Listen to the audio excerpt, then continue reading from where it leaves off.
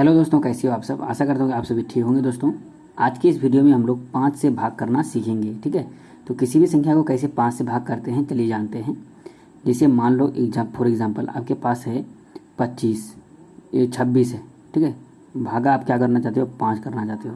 तो आप इसको किस तरह से कर पाओगे। देखो, इसका सिंपल तरीका, यदि आप 5 से भागा दोगे 26 को तो आपको बहुत लंबा प्रोसेस हो जाएगा। इस तरह से यदि करोगे तो कितना हो जाएगा, 5 5 25, 5 बार से। ठीक है, उसके बाद क्या बचेगा, यहाँ से 6 में से 5 गया 1। ठीक है, फिर पॉइंट दोगे आप। पॉइंट देने के बाद क्या होता है, एक जीरो यहाँ पे होता है, बैठता है। अब फिर भाग दो, 5 दूना 10 हो जाएगा। ठीक है, इस तरह से।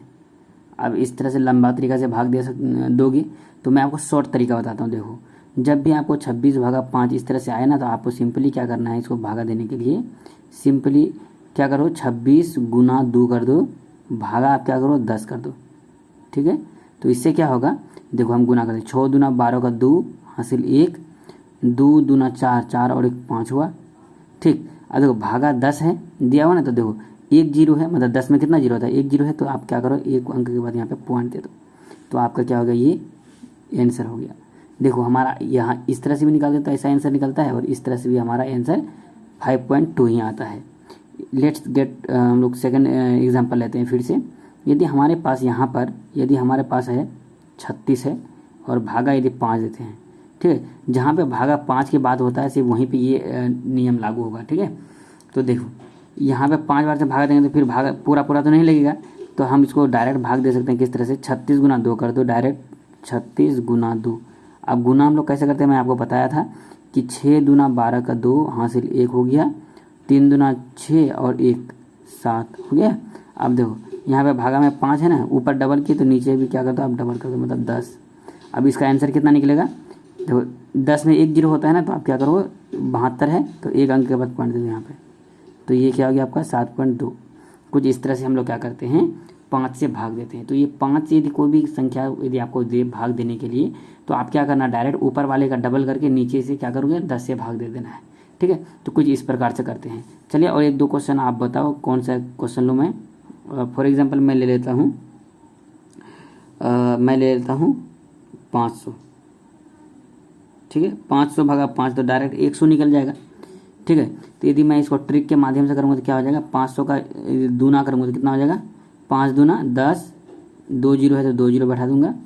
अब क्या करूँगा, यहाँ पे डिवाइड बाय 10 कर दूंगा। ठीक है, तो एक जीरो से एक जीरो खत्म, तो हमारा क्या बच जाएगा, फिर 100 का 100 बच जाएगा। ठीक है, तो बस ये तरीका है दोस्तों, आपको क्या है, मतलब आपका कैलकुलेशन स्पीड को बढ़ाने का। यदि आपके पास यदि कोई इससे कोई यदि बड़ा संख्या हो जाए, यदि आपको दे दे क्या कि 2 5 7 है।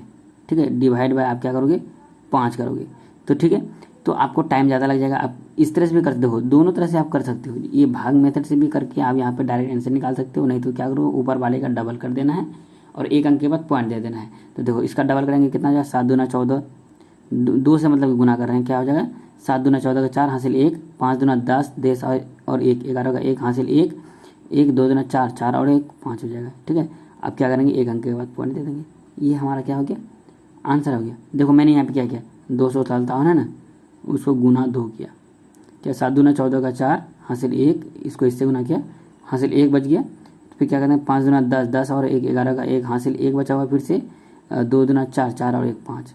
इस तरह से 510 14 आया ना, तो एक अंक के बाद पॉइंट दे दिया, यहाँ पे पॉइंट दे दिए। तो कुछ इस प्रकार से बनाते हैं। आशा करता हूँ कि दोस्तों ये जो मेथड है आपको बहुत ही बेहतरीन लगा होगा। यदि अच्छा लगा होगा तो प्लीज़ भाई का चैनल को सब्सक्राइब, लाइक एंड शेयर जरूर करना। तो चलिए मिलते हैं इसी के साथ नेक्स्ट वीडियो में, तब तक के लिए जय हिंद जय भारत।